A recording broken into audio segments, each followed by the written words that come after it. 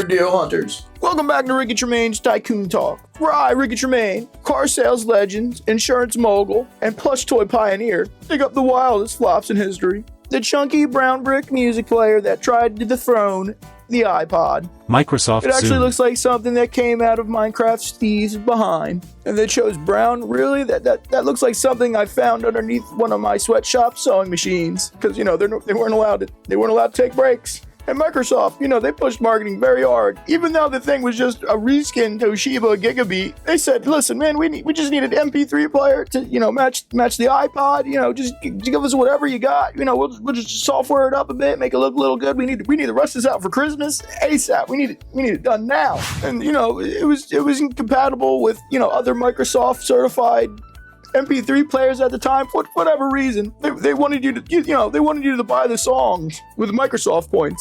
Like, arcade tokens for music. 80 points for $1, $5 for a track. Math harder than my Ricky baby's profit margins. Now, one of the revolutionary things about this device, it actually had Wi-Fi back in 2006. But it was virtually useless. You know what you could do with it? You could squirt songs to your friends. Hey man, can you share that new Nickelback song? Oh, you're sending it now? Okay, great. Wow, that new Nickelback song tastes funny.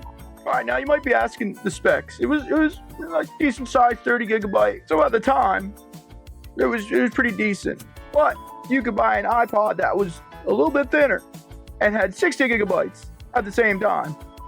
Also, you could use your iPod as like external storage to transfer your files. You could do that with the Zune. The Zune also had a built-in FM radio player. I guess that's cool if you're into some staticky music.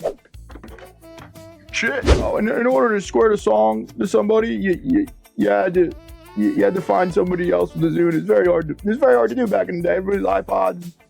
Nobody had Zune. So you might be asking yourself, well, Ricky, why wasn't it successful?